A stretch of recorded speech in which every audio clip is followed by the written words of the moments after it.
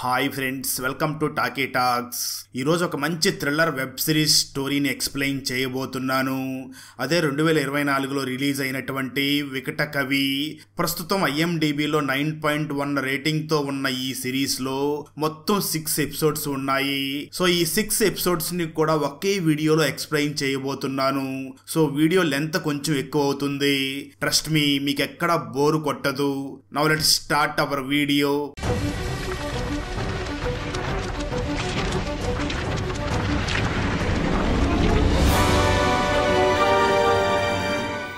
Open చేస్తే అది 1970ల కాలం. నల్లమల అడవి ప్రాంతంలోని అమరగిరి అనే మారుమూల గ్రామం. రంగడు అనే వ్యక్తి రాత్రి టైంలో సారా కొట్టు దగ్గరికి వెళ్లి ఫుల్లుగా తాగి ఆ తర్వాత వీరన్న అనే వ్యక్తి దగ్గరికి వెళ్లి జోదం ఆడి ఎప్పట్లాగే ఓడిపోయి డబ్బులు పోగొట్టుకుంటాడు. వీరన్న రంగడు మరియు అతని ఫ్రెండ్స్ ని చూసి, నువ్వెలాగో రోజు ఓడిపోతున్నావు, సో ఈ రోజు కొత్త పందెం వేద్దాం. నువ్వు అడవుల్లోని దేవతల గుట్ట దగ్గరకు వెళ్లి లాంతర వెలిగి తిరిగి వస్తే నీకు నా పొట్టేల్ని ఇచ్చేస్తా అని అంటాడు. అది విన్న రంగన్న అక్కడికి పట్ట పగలే ఎవరూ వెళ్లరు, నా చిన్నతనం నుంచి ఎవరూ వెళ్ళలేదు అని భయపడినప్పటికీ పొట్టేలు వస్తుంది అని అత్యాశతో తన ఫ్రెండ్స్ తో అడవిలోకి వెళ్లి అక్కడ దేన్నో చూసి ఆశ్చర్యపోయి స్పృహ తప్పి పడిపోతారు. అప్పుడు సిరీస్ టైటిల్ పడుతుంది. ఆ ప్రాంతపు రాజుగారి కొడుకైనటువంటి మహాదేవ్ చాలా కాలం క్రితం చనిపోవడంతో రాజుగారు అప్పటి నుంచి కూడా ఊరిలోకి వెళ్లకుండా ఊరి బయట ఉన్న మరో కోటలో ఉంటూ ఉంటాడు. అలాగే చాలా కాలం క్రితం సరిగ్గా ఊర్లోని దేవతల గుట్ట దగ్గర ఉన్న అమ్మవారి గుడిలో జాతర జరుగుతూ ఉండగానే ఆ రాజుగారి కొడుకు చనిపోవడంతో అప్పటి నుంచి ఆ గుడిలో ఎటువంటి పూజలు లేకుండా ఆపేసి ఉంటారు. అంతేకాకుండా ఆ ప్రాంతం మొత్తాన్ని అమ్మవారు శపించింది అని భావిస్తూ ఉంటారు. రాజుగారి అల్లుడైనటువంటి రఘుపతి వచ్చి రాజుని కలిసి, శ్రీశైలం ప్రాజెక్ట్ పూర్తవ్వబోతుంది, త్వరలోనే నీటిని ప్రాజెక్టులోకి వదలబోతున్నారు, అలా చేస్తే మన ప్రాంతం మొత్తం నీటిలో మునిగిపోతుంది, త్వరలోనే మనం ఈ ప్రాంతం వదిలి వెళ్లిపోవాలి అని చెప్తాడు. అప్పుడే ఒక పోలీస్ ఆఫీసర్ పటేల్ వచ్చి రాజుని కలిసి, అయ్యా సంఖ్య 32కి చేరింది, పరిస్థితి చెయ్యి జారిపోతుంది అని అంటాడు. రాజుగారు మాత్రం మౌనంగా కోట లోపలికి వెళ్లిపోతాడు. అప్పుడే రంగడ భార్య రాజును చూసి, నా భర్త కూడా అడవుల్లోకి వెళ్ళాడయ్యా అని ఏడుస్తుంది. మరోపక్క హైదరాబాద్ ప్రాంతంలో చదువుకుంటున్న రామకృష్ణ యూనివర్సిటీలో చదువుకుంటూనే రెగ్యులర్ గా పోలీసులు సాల్వ్ చేయలేని కేసుల్ని సాల్వ్ చేస్తూ పోలీసులు ఇచ్చే డబ్బుతో తన ఒంటరి అమ్మను చూసుకుంటూ ఉంటాడు. అలా ఒక ముస్లిం వ్యక్తి హత్యని సాల్వ్ చేసినప్పుడే ఆ ప్రాంత పొలిటీషియన్ అయినటువంటి అజం ఖాన్ రామకృష్ణ టాలెంట్ ని చూసి మెచ్చుకుంటాడు.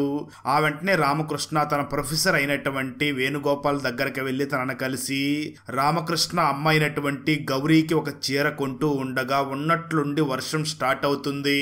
అది చూసిన రామకృష్ణ వెంటనే అక్కడి నుంచి ఇంటికి పరుగు తీస్తాడు. ఆ తర్వాత ప్రొఫెసర్ వేణుగోపాల్ తనకి ఇంటి నుంచి వచ్చిన లెటర్ చదివి చాలా బాధపడుతూ ఉంటాడు.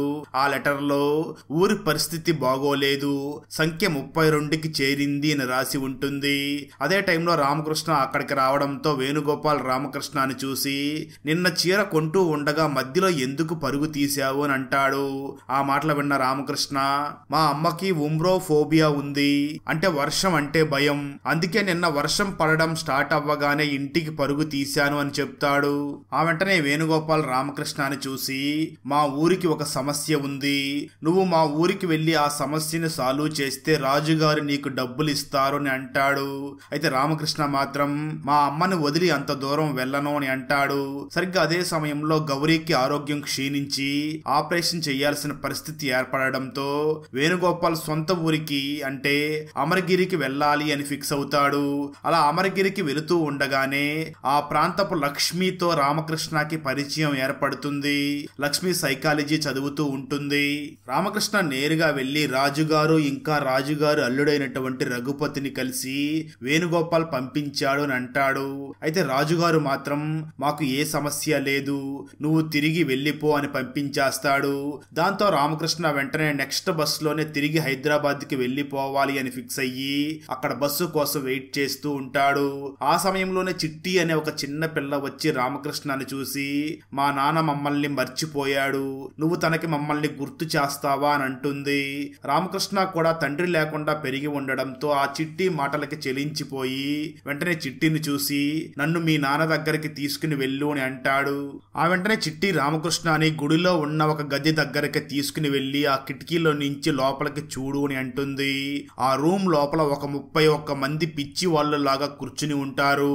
మరోపక్క ఆ ఊరిలో టీచర్ గా వర్క్ చేస్తున్న రత్నం తను ఎందుకో గాని బాగా భయపడుతూ ఉంటాడు. రామకృష్ణ ఆ ఊరి సమస్యను సాల్వ్ చెయ్యాలి అని ఫిక్స్ అయ్యి ఆ గుడి కొలనలలో స్నానం చేస్తూ ఉంటాడు. అదే సమయంలో ఆ ఊరిలో మతిస్థిమితం లేకుండా తిరుగుతూ ఉండే దేవయ్య రామకృష్ణని చూసి మా ఊరి సమస్యను తీర్చడానికి వచ్చావా దొరా అని కలేజా మూవీలో షఫీ లాగా ప్రవర్తిస్తాడు. ఆ వెంటనే గుడి పంతులు గారు రామకృష్ణని చూసి మా ఊరి అడవిలోకి వెళ్లిన వారు గతం మర్చిపోయి పిచ్చోళ్ళు అయిపోతున్నారు, వారిని గుడిలోని గదిలో ఉంచుతున్నాం, మా ఊరికి అమ్మవారి శాపం ఉంది, ఈ గొడవలన్నీ నీకెందుకు, నువ్వు వచ్చిన దారినే వెళ్ళిపో అని అంటాడు.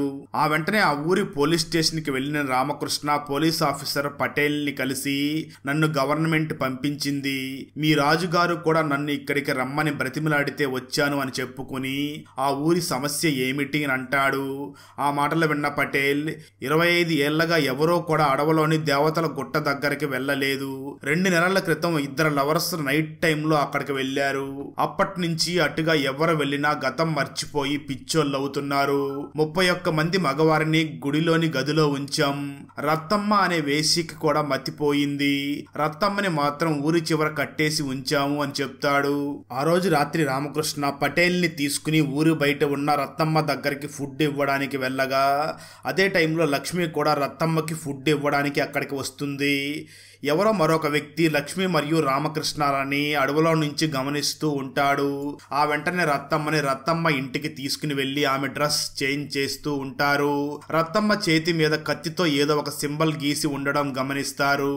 అది చూసిన రామకృష్ణ ఈ ఇంటి డోరు పగిలిపోయి ఉంది అంటే ఎవరో ఈ ఇంట్లోకి బలవంతంగా వచ్చారు, రత్తమ్మకి చదువు రాదు కాబట్టి ఆమె తన చేతి మీద ఈ సింబల్ గీసుకుని అందరికీ ఏదో చెప్పాలనుకుంటుంది అని అంటాడు. ఆ తర్వాత రోజు ఊరిలో టీచర్ రత్నం వచ్చి రాజుగారిని కలిసి నేను ఇకపైన ఈ ఊర్లో ఉండలేను, ఇప్పటికే 32 మంది పిచ్చోళ్ళయ్యారు, నాకు భయంగా ఉంది అని చెప్తూ ఉంటాడు. సరిగ్గా అదే సమయంలో లక్ష్మి మరియు రామకృష్ణాలు రాజుగారి దగ్గరికి వస్తారు. అప్పుడే తెలిసే విషయం ఏమిటి అంటే ఈ లక్ష్మి ఎవరో కాదు, ఎమ్మెల్యే రఘుపతి సొంత కూతురు అంటే రాజుగారి మనవరాలు అని తెలుస్తుంది. రాజుగారు వెంటనే రామకృష్ణాన్ని చూసి నిన్ను ఈ ఊరి నుంచి వెళ్ళిపోమన్నాను కదా, ఆల్రెడీ 32 మంది పిచ్చోళ్ళు అయ్యారు, పక్క ఊరి నుంచి వచ్చి ఇక్కడ పిచ్చివాడిగా మారకు అని అంటాడు. రామకృష్ణ మాత్రం నేను ఈ మిస్టరీని సాల్వ్ చేసే వెళ్తాను అని అంటాడు. దాంతో రాజుగారు రామకృష్ణకి 48 గంటల టైం ఇస్తాడు. ఆ వెంటనే అక్కడ టీచర్ రత్నం సైకిల్ ఇంకా ఆ సైకిల్ కు ఉన్న లైట్స్ ని చూసిన రామకృష్ణ వెంటనే పటేల్ ని చూసి మనం ఆ అడవిలో ఉన్న రత్తమ్మ దగ్గరికి వెళ్ళినప్పుడు దూరం నుంచి మనల్ని ఎవరో పరిశీలిస్తున్నట్లు అనిపించింది, ఆ వ్యక్తి సైకిల్ కి కూడా ఇలాంటి లైట్సే ఉన్నట్లు గుర్తు, సో నాకు ఈ టీచర్ రత్నం మీదే అనుమానంగా ఉంది అంటాడు. ఆ రోజు రాత్రి టీచర్ రత్నం ఇంట్లో లేని టైంలో దొంగతనంగా రత్నం ఇంటిలోకి వెళ్లి చూడగా అక్కడ రత్నం రత్తమ్మకి రాసిన లెటర్ ఉంటుంది. అది చూసిన రామకృష్ణకి టీచర్ రత్నంని లవ్ చేస్తున్నాడని తెలుస్తుంది. అదే టైంలో అక్కడికి వచ్చిన రత్నంని చూసిన రామకృష్ణ నువ్వు రత్తమ్మని లవ్ చేసావు, అలాంటిది రత్తమ్మ పిచ్చిదయ్యి అడవిలో పడి ఉంటే నువ్వు ఈ ఊరు వదిలి వెళ్ళిపోతావా అని అంటాడు. ఆ మాటలు విన్న రత్నం అడవిలో నువ్వు లక్ష్మి రత్తమ్మకి ఫుడ్ పెట్టడం చూశాను, అందుకే మీరు రత్తమ్మని బాగా చూసుకుంటారులే అనే నమ్మకంతో వెళ్ళిపోతున్నాను, అసలు ఈ ఊర్లో ఏం జరుగుతుందో తెలిస్తే ఇక్కడ ఎవరో కూడా ఉండరు, అందరూ పారిపోతారు, ఈ ప్లేస్ అంత సేఫ్ కాదు, అర్ధరాత్రి నది దగ్గరికి రా, అప్పుడు ఈ ఊర్లో ఏం జరుగుతుందో మొత్తం చెప్తా అని అంటాడు. దాంతో రామకృష్ణ ఆ రోజు అర్ధరాత్రి టైంలో నది దగ్గరికి వెళ్ళి అక్కడ టీచర్ కోసం వెయిట్ చేస్తూ రాత్రి టైంలో నదిలో ఒక బోట్ తిరగడం చూస్తాడు. రామకృష్ణ టీచర్ కోసం రాత్రంతా వెయిట్ చేసి తెల్లవారుజామున తిరిగి మళ్ళీ ఊరిలోకి వస్తూ ఉంటాడు. అప్పుడే అడవి దగ్గరలో టీచర్ పిచ్చివాడైపోయి కనిపిస్తాడు. దాంతో టీచర్ ని కూడా గుడిలోని గదిలో వేస్తారు. దాంతో రామకృష్ణ వెంటనే ఆ ప్రాంతపు పోలీసు రిపోర్ట్స్ తెప్పించుకుని చదవగా వాటిలో చాలా కాలం క్రితం దేవతల గుట్ట దగ్గర జాతర జరుగుతూ ఉండగా ఒక్కసారిగా వాన పడింది. ఆ వాన వల్ల 106 మంది ప్రాణాలు కోల్పోయారు. వర్షం వల్ల 106 మంది చనిపోవడం ఏమిటి అని చాలా సంవత్సరాల సంవత్సరాల పాటు విచారణ జరిపారు. కానీ ఎటువంటి ఆధారాలు దొరకలేదు. కొంతమంది అది అమ్మవారి శాపం వల్ల జరిగింది అంటే, మరికొంతమంది మాత్రం అడవిలోని ఆత్మలే ఇలా చేశాయి అని నమ్ముతూ ఉన్నారు అని ఆ రిపోర్ట్ ని చదివిన రామకృష్ణ వెంటనే ఆ పటేల్ వద్దు అంటున్న ఫారెస్ట్ ఏరియాలోకి వెళ్లి అక్కడ రామకృష్ణ కళ్ళ ముందే ఒక నలుగురు అడవిలో నడుస్తూ నడుస్తూ స్పృహ తప్పి వెంటనే వాళ్ళు పిచ్చోళ్ళు అయిపోతూ ఉండడం చూస్తాడు. ఆ తర్వాత రోజు పటేల్ ని చూసిన రామకృష్ణ, ఇంతకాలం ఇదంతా ఎవరో మనుషులే చేస్తున్నారని నమ్మాను, కానీ రాత్రి నా కళ్ళ ముందే నలుగురు పిచ్చోళ్ళు అయ్యారు. కానీ నాకు అర్థం కాంది ఏమిటి అంటే, నేను కూడా అక్కడే ఉన్నాను, కానీ నాకెందుకు ఏమీ కాలేదు అని అంటాడు. ఆ వెంటనే దేవతల గుట్ట మీద ఉన్న టెంపుల్ దగ్గరకు వెళ్లి పరిశీలిస్తూ ఉండగా అక్కడే ఊరిలో మతిస్థిమితం లేకుండా తిరిగే దేవయ్య కూడా తిరుగుతూ కనిపిస్తాడు. ఆ వెంటనే గ్రామ పెద్దలు రామకృష్ణని గ్రామ సభకి పిలిచి, నువ్వెందుకు అడవిలో తిరుగుతున్నావు? మా ఊరిలో అడవులోకి వెళ్ళడం నిషేధం అని తెలియదా అని అంటారు. ఆ మాటలు విన్న రామకృష్ణ మాత్రం, మీరు కాదు, గుడిలో ఉన్న అమ్మవారు చెప్పినా నేను వినను అని అంటాడు. దాంతో గ్రామస్తుల్లోని ఒకడు రామకృష్ణ మీదకి రాయి విసరడంతో రామకృష్ణకి గాయం అయ్యి రక్తం కారుతూ ఉంటుంది. అదే టైంలో రఘుపతి తన కూతురు లక్ష్మిని చూసి, నువ్వు ఆ రామకృష్ణతో కలిసి తిరగకు, అలాగే ఈరోజు రాత్రికి మనం శ్రీశైలం గుడికి వెళ్ళాలి, నీ బ్యాగ్స్ అన్ని సర్దుకో అని అంటాడు. అయితే లక్ష్మి మాత్రం ఫ్యామిలీతో కలిసి గుడికి వెళ్లకుండా రామకృష్ణని కలిసి రాత్రి టైంలో రామకృష్ణతో కలిసి అడవిలోకి వెళ్తుంది. ఇద్దరు అలా రాత్రిళ్ళు అడవిలో ఏం జరుగుతుందో తెలుసుకోవడానికి ప్రయత్నిస్తూ ఉంటారు. రామకృష్ణ లక్ష్మిని చూసి సడన్ గా గతం మర్చిపోవడం సాధ్యమేనా అని అంటాడు. ఆ మాటలు విన్న లక్ష్మి తలకి బలమైన దెబ్బ తగిలినా లేదా ఏదైనా వాసన పీల్చినా అలా జరుగుతుంది అని అంటుంది. ఆ మాటలు విన్న రామకృష్ణ, నాకు ఎనోస్మియా ఉంది, అంటే ఏ వాసన రాదు, అందుకే అడవిలో నా కళ్ళ ముందే నలుగురు వాసన పీల్చి పిచ్చోళ్ళు అయినప్పుడు నాకు ఎటువంటి వాసన రాదు కాబట్టి నాకేమీ అవ్వలేదనుకుంటా అని అంటాడు. అదే టైంలో అడవిలోని బటర్ఫ్లైస్ అన్నీ కూడా వరుసగా ఒక చెట్టు దగ్గరికి వెళ్ళి ఆ చెట్టు చుట్టూ తిరుగుతూ ఉండడం చూసి లక్ష్మి కూడా ఆ చెట్టు దగ్గరికి వెళ్ళి స్పృహ తప్పి పడిపోతుంది. దాంతో లక్ష్మిని వెంటనే హాస్పిటల్కి తరలిస్తూ ఉండగా అడవిలో రామకృష్ణకి ఎదురుపడిన వీరన్న లక్ష్మిని చూసి, దీనికి హాస్పిటల్లో ఎటువంటి మందు ఉండదు, రఘుపతి గారి కూతుర్ని కాపాడాలి, వెంటనే నా ఇంటికి తీసుకునిరా, విరుగుడు వేస్తాను అని చెప్పి తన ఇంటికి తీసుకుని వెళ్లి లక్ష్మికి విరుగుడు మందు వేస్తూ ఉంటాడు. ఆ సమయంలో రామకృష్ణ వీరన్న ఇంట్లో ఒక రాయిని చూస్తాడు. దానికి రక్తం అంటి ఉంటుంది.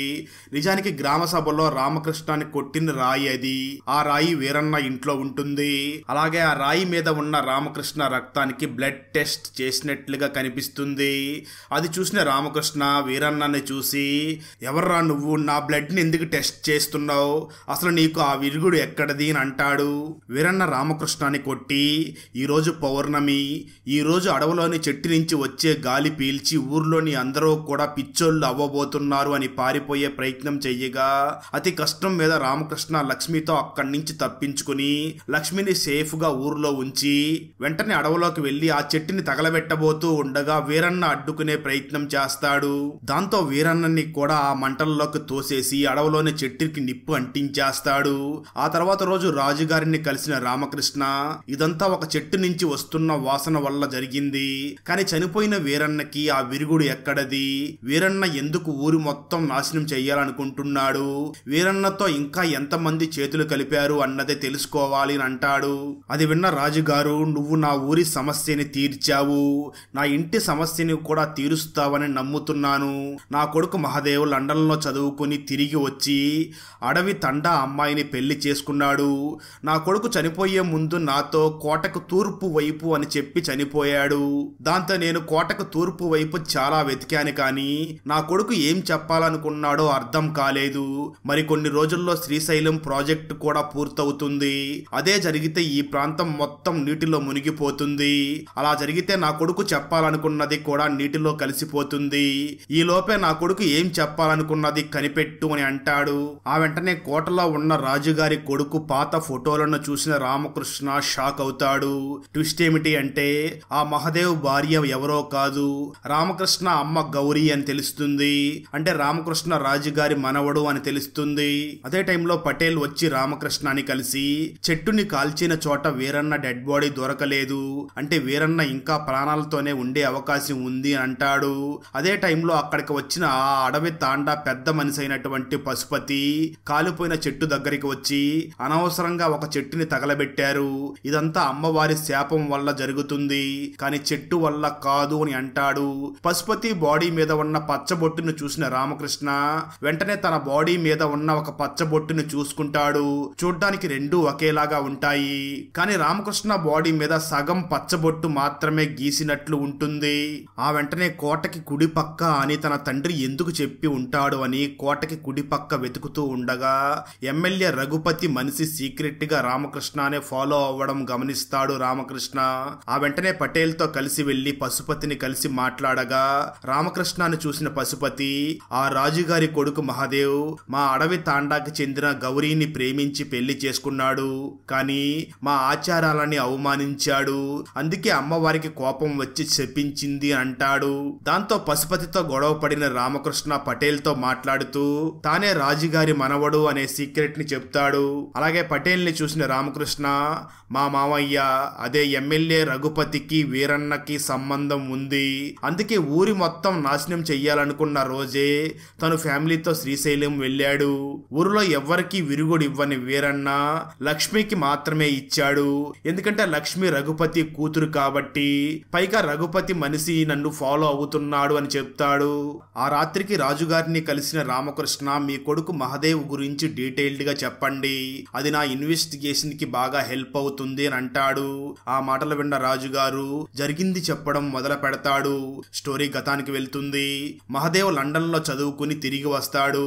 అదే టైంలో రాజుగారి కూతురు యశోద కాలేజీలో రఘుపతిని లవ్ చేయడంతో రఘుపతి పేదవాడైనప్పటికీ మహదేవే రాజుగారిని ఒప్పించి యశోద మరియు రఘుపతిల పెళ్లి చెయ్యిస్తాడు. ఆ తర్వాత అడవి తాండా అమ్మాయి అయినటువంటి గౌరీని లవ్ చేసిన మహదేవ్ రాజుగారి మాటను ఎదిరించి గౌరీని పెళ్లి చేసుకుని బాహుబలిలో ప్రభాస్ అనుష్కతో రాజ్యానికి దూరంగా ఉంటున్నట్లు అందరికీ దూరంగా జీవించడం మొదలు పెడతాడు. అదే టైంలో వారికి కొడుకు కూడా పుట్టడంతో గుడిలోని జాతర ఇంకా కొడుక్కి పేరు పెట్టే రోజు ఒకే రోజు వస్తుంది. అడవజాతి ఆనవాయితీ ప్రకారం పశుపతి గౌరీ మరియు మహదేవుల కొడుక్కి పచ్చబొట్టు వేయిస్తూ ఉండగా మహదేవ్ పశుపతిని తిట్టి చిన్న పిల్లవాడికి పచ్చబొట్టు ఏమిటి అని మధ్యలోనే ఆపేసి కొడుకుని తీసుకుని వెళ్లిపోతాడు.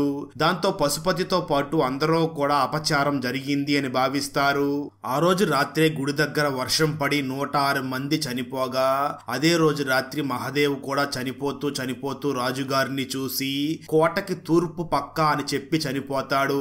అలా రాజుగారు జరిగింది మొత్తం రామకృష్ణకి చెప్పగా మరో పక్క రఘుపతి నిజానికి ఆస్తి కోసమే యశోదాని ప్రేమిస్తున్నట్లు నటించి తనని పెళ్లి చేసుకుని ఉంటాడు. అందుకే యశోద కాళ్ళు విరక్కొట్టి కాళ్ళు చేతులు మాటలో పడిపోయేలాగా చేసి యశోదాని రోజు రాత్రిళ్ళు కొడుతూ టార్చర్ పెడుతూ ఎవరి మీద కోపం వచ్చినా ఆ కోపాన్ని యశోద మీద చూపిస్తూ ఉంటాడు. లక్ష్మి కూడా అది మొత్తం చూస్తూ తన మదర్ ని ఓదార్చుతూ ఉంటుంది. అందరి ముందు చనిపోయినట్లు నటిస్తున్న వీరన్న నిజానికి కొండపైన ఉన్న గుడిలో సీక్రెట్ గా ఉంటూ ఉండడంతో రఘుపతి వెళ్లి వీరన్నని కలిసి మాట్లాడుతూ ఉంటాడు.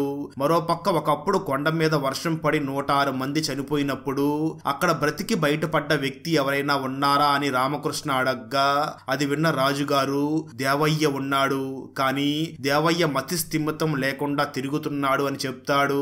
దాంతో వెంటనే దేవయ్యకి షాక్ ట్రీట్మెంట్ ఇప్పించి గతం గుర్తుకు వచ్చేలాగా చేసి ఆ రోజు ఏం జరిగింది అని అడుగుతారు. దాంతో దేవయ్య జరిగింది చెప్పడం మొదలు పెడతాడు. గుడి దగ్గర జాతర జరుగుతూ ఉంటుంది. అక్కడ గౌరీ కూడా రామకృష్ణతో కలిసి ఉంటుంది. అప్పుడే అక్కడ వర్షం స్టార్ట్ అయ్యి నార్మల్ వానలాగా కాకుండా పైనుంచి యాసిడ్ పోస్తున్నట్లు అందరు బాడీస్ కాలిపోతూ చనిపోతారు. ఆ కెమికల్ స్మెల్ వల్ల రామకృష్ణకి వాసన తెలియకుండా పోతుంది. గౌరీకి వర్షం అంటేనే భయం ఏర్పడుతుంది. అంతమంది చావు చూసిన దేవయ్య పిచ్చివాడైపోతాడు. అయితే ఆ ముగ్గురు కూడా గుడి లోపల ఉండడంతో ప్రాణాలతో బయటపడతారు. స్టోరీ ప్రజెంట్ కి వస్తుంది. దేవయ్య రామకృష్ణతో మాట్లాడుతూ మాటల మధ్యలో మీ అమ్మ నాన్న రెగ్యులర్ గా కోటకు తూర్పు పక్కన ఉన్న పాడుబడ్డ బావి దగ్గర కలిసేవారు అని చెప్పడంతో రామకృష్ణ వెంటనే ఆ బావి దగ్గరికి వెళ్లి బావిలోని ఒక రాయి వెనక ఉన్న బ్యాగ్ ని తీసుకువచ్చి రాజుకు చూపిస్తాడు. అయితే ఆ బ్యాగ్ లోని ఫైల్లో ఏవో కెమికల్ ఫార్ములాస్ ఇంకా కొన్ని రీసెర్చ్ పేపర్స్ ఉంటాయి. అది చూసిన రఘుపతి రాత్రి టైంలో తన మనుషుల్ని పంపి ఆ బ్యాగ్ ని దొంగలించమని చెప్పడంతో రామకృష్ణ వారితో ఫైట్ చేస్తాడు. అదే టైంలో రాజుగారు గన్నుతో అక్కడికి వచ్చి రఘుపతి మనుషుల్ని షూట్ చేసి వెంటనే రఘుపతిని బంధించి దేవయ్య నాకు నిజం చెప్పాడు, ఈ రామకృష్ణ నా మనవడు అని చెప్పి ఎందుకు నా కొడుకు బ్యాగ్ ని దొంగలించాలనుకుంటున్నావు అని అంటాడు. అప్పుడు రఘుపతి జరిగింది చెప్పడం మొదలు పెడతాడు. స్టోరీ గతానికి వెళ్తుంది. మహదేవ్ ఒక రోజు రఘుపతితో కలిసి వెళ్లి హైదరాబాద్ లో అజాం ఖాన్ ని కలిసి మా ప్రాంతంలో సరిగ్గా వర్షాలు పడక రైతులు ఇబ్బంది పడుతున్నారు, నేను కృత్రిమంగా వర్షాలు పడేలా చేయడం పైన లండన్ లో రీసెర్చ్ చేశాను, ఒక ఫార్ములా కూడా కనుగొన్నాను. ఆ కెమికల్ ని ఫ్లైట్ లో పైకి వెళ్లి మేఘాల మీద వేసి వెంటనే మేఘం కరిగి వర్షం పడుతుంది, అందుకు మీకు ఫ్లైట్ కావాలి అని అనగా అందుకు అజాం ఖాన్ కూడా ఓకే అని చెప్తాడు. అయితే పాకిస్తాన్ తో సంబంధం కలిగి ఉన్న అజాం ఖాన్ ఆ తర్వాత సీక్రెట్ గా రఘుపతిని పిలిపించి ఆ మహదేవ్ కనిపెట్టిన ఫార్ములా నాకు కావాలి, అలా చేస్తే నేను దాన్ని పాకిస్తాన్కి ఇస్తాను, అంతేకాదు ఆ ఫార్ములాల్లో మార్పులు చేసి యాసిడ్ వర్షంలాగా పడేలాగా చేసి ఇండియాలో మారణకాండ చేస్తాను, నువ్వు నాకు హెల్ప్ చేస్తే నిన్నే నేను ఇండియాకి ప్రధానిని చేస్తాను అని అనడంతో రఘుపతి అజాం ఖాన్ తో చేతులు కలిపి జోసెఫ్ అనే ఒక బ్రిటిష్ సంతతికి చెందిన వ్యక్తిని వీరన్న పేరుతో మహదేవ్ ల్యాబ్ లో అసిస్టెంట్ గా పెట్టి ఆ మహదేవ్ కనిపెట్టిన ఫార్ములాని దొంగలించమని చెప్తారు. అలా జరిగింది చెప్తూ ఉండగానే ఊర్లోని గుడిసెలు తగలబడుతున్నాయి అనే న్యూస్ తెలియగానే రాజుగారు ఊరిలోకి పరుగు తీస్తాడు. ఆ సమయంలో జోసెఫ్ అలియాస్ వీరన్న వచ్చి రఘుపతిని విడిపించుకుని తీసుకుని వెళ్లిపోతాడు. అదే టైంలో అజాం ఖాన్ పాకిస్తాన్ కి కాల్ చేసి మన జోసెఫ్ ఒక ఫార్ములా కనిపెట్టాడు, ఆ కెమికల్ ని ఏదైనా చెట్టుకి ఇంజెక్షన్ చేస్తే ఆ చెట్టు నుంచి వచ్చే గాలిని పీల్చిన వాళ్ళు పిచ్చి వాళ్ళు అవుతారు, అందుకు విరుగుడు కూడా మన దగ్గరే ఉంది, దీన్ని వాడి బోర్డర్ ఏరియాలో ఇండియన్ ఆర్మీకి పిచ్చి పట్టేలాగా చెయ్యవచ్చు, అలాగే ఎప్పుడో ఆగిపోయిన ఆ యాసిడ్ వర్షం ప్రాజెక్ట్ ఫైల్ కూడా త్వరలోనే దొరుకుతుంది అని చెప్తాడు. మరోపక్క రామకృష్ణ తన అమ్మ గౌరీని ఆ అమరగిరికి రప్పించి తన తండ్రి సమాధిని చూపించి త్వరలోనే నాన్న చావుకి కారణం తెలుసుకుంటాను అని అంటాడు. స్టోరీ గతానికి వెళ్తుంది. మహదేవ్ వీరన్నకి తన సీక్రెట్ ఫార్ములా చెప్పకుండానే ప్రయోగం పూర్తి చేసి సరిగ్గా గుడి దగ్గర జాతర జరిగే టైంలోనే అజాం ఖాన్ ఫ్లైట్ ని తీసుకుని వీరన్నని చూసి పైకి వెళ్లి మేఘాల మీద ఈ ఫార్ములా ఇంజెక్ట్ చెయ్యి అంటాడు. అయితే అజాం ఖాన్, రఘుపతి మరియు వీరన్నలు ఆ ఫార్ములాని మార్చేసి వర్షం బదులు యాసిడ్ కురిసేలాగా ఫార్ములాని మార్చేసి నువ్వు కనిపెట్టిన ఫార్ములా ఇవ్వు లేదంటే నీ ఊరు మొత్తం నాశనం అవుతుంది అని అంటారు. అయితే ఆ మహదేవ్ మాత్రం అది మీ చేతికి వస్తే ఇండియాని నాశనం చేస్తారు అని అక్కడి నుంచి తప్పించుకోగా కోపంతో దేవతల గుట్ట మీద యాసిడ్ వర్షం పడేలాగా చేసి అందరూ చనిపోయేలాగా చేస్తారు. దాంతో మహాదేవ్ గుడి దగ్గరికి చేరుకుని గౌరీని చూసి గౌరీకి జరిగింది మొత్తం చెప్పి నువ్వు బిడ్డతో పాటు హైదరాబాద్కి వెళ్ళిపో, మళ్ళీ నేను పిలిచే వరకు ఇక్కడికి రాకు అని ఒట్టు వేయించుకుని తిరిగి ఊరిలోకి వెళుతూ ఉంటాడు. మహదేవ్ ఫార్ములా ఇవ్వలేదు అని రఘుపతి మహదేవుని పొడి చేస్తాడు. అదే సమయంలో అటుగా వచ్చిన రాజును చూసిన మహదేవ్ కోటకు తూర్పు పక్క అని క్లూ ఇచ్చి చనిపోతాడు. నిజానికి కోటకు తూర్పు పక్క ఉన్న బావిలోనే ఆ ఒరిజినల్ ఫార్ములాస్ దాచి ఉంటాడు. అలా గౌరీ ద్వారా నిజం తెలుసుకోగా రామకృష్ణ రాజుగారిని చూసి ఊరిలోని టీచర్ మరియు రత్తమ్మలు వీరన్న గ్యాంగ్ రాత్రి సమయంలో నదిలో కెమికల్స్ ని తరలిస్తూ ఉండడం చూశారు. అందుకే రత్తమ్మ తన చేతి మీద పడవ బొమ్మను గీసుకుంది. వారికి నిజం తెలుసు కాబట్టి వారికి మతిపోయేలాగా చేశారు. వీరన్న గ్యాంగ్ కి చెందిన ఆయుధాలని పడవలో తీసుకుని వెళ్లి ఎక్కడ దాస్తున్నారో నేను చూశాను. వారిని ఏం చెయ్యాలో నాకు తెలుసు. ఈ రాత్రికి గుడిలో జాతర జరగాలి అని అనడంతో అందరూ కలిసి గుడి దగ్గరికి జాతర చేస్తూ ఉంటారు. అదే టైంలో అజం ఖాన్ అండ్ గ్యాంగ్ అక్కడికి వచ్చి మీ నాన్న కనిపెట్టిన ఆ ఫార్ములా ఇవ్వకపోతే అందరినీ చంపేస్తా అని అనడంతో అది విన్న రామకృష్ణ ఆ ఫార్ములా అమ్మవారి విగ్రహం పాదాల దగ్గర ఉంది అని అంటాడు. దాంతో అందరూ కలిసి అక్కడికి వెళ్ళి అక్కడ తవ్వకాలు మొదలు పెడతారు. అయితే ట్విస్ట్ ఏమిటి అంటే అక్కడ ఆ ఫార్ములాకి బదులుగా వీరన్న కనిపెట్టిన పిచ్చి పట్టే కెమికల్ ఉండడంతో అది పగిలి ఆ గ్యాస్ లీక్ అవుతుంది. రామకృష్ణ వెంటనే అజం ఖాన్ అండ్ గ్యాంగ్ ని గుడిలోనే ఉంచి డోర్ లాక్ చేసేస్తాడు. రామకృష్ణ ముందుగానే గ్రామస్తులందరికీ కూడా విరుగుడు ఇచ్చేసి ఉండడంతో అజం ఖాన్ అండ్ గ్యాంగ్ గ్యాంగ్ గతం మర్చిపోయి పిచ్చోళ్ళైపోతారు. గుడిలోని గదిలో ఉన్న అందరికీ కూడా విరుగుడిస్తారు. మహాదేవ్ కనిపెట్టిన ఆ ఫార్ములాని ఇండియన్ గవర్నమెంట్ కి ఇచ్చేస్తారు. ఆ వెంటనే రామకృష్ణ డిటెక్టివ్ ఏజెన్సీని మొదలు పెట్టగా పటేల్ రామకృష్ణ దగ్గరే వర్క్ చేయడం మొదలు పెడతాడు. అదే టైంలో సెంట్రల్ గవర్నమెంట్ రామకృష్ణకి కాల్ చేసి నీకు పాకిస్తాన్ నుంచి అపాయం ఉంది, నువ్వు వెంటనే ఢిల్లీకి రావాలి అని చెప్తారు. అప్పుడే సీజన్ 2 కమింగ్ సూన్ అని వేస్తారు. అక్కడతో సీజన్ 1 అయిపోతుంది. సీజన్ 2 రిలీజ్ అవ్వగానే దాన్ని కూడా ఎక్స్ప్లెయిన్ చేసి ఆ వీడియో లింక్ ని ఈ వీడియో డిస్క్రిప్షన్ లో మరియు కామెంట్స్ లో ఇస్తాను, చూసేయండి. అలాగే మనం ఈ సంవత్సరం రిలీజ్ అయిన చాలా సిరీస్ ని ఎక్స్ప్లెయిన్ చేశాం. వాటన్నిటి లింక్స్ ని కూడా ఈ వీడియో డిస్క్రిప్షన్ లో మరియు కామెంట్స్ లో ఇచ్చాను. ఏదైనా చూడడం మిస్ అయి ఉంటే వెంటనే చూసేయండి. ఫ్రెండ్స్, వీడియో నచ్చినట్లయితే లైక్ చేసి కామెంట్ చేయడం మాత్రం మర్చిపోవద్దు. అలాగే ఛానల్ ని సబ్స్క్రైబ్ చేసి పక్కనే ఉన్న బెల్ ఐకాన్ ని క్లిక్ చేసి సపోర్ట్ చేయండి. Thanks for watching. జై హింద్.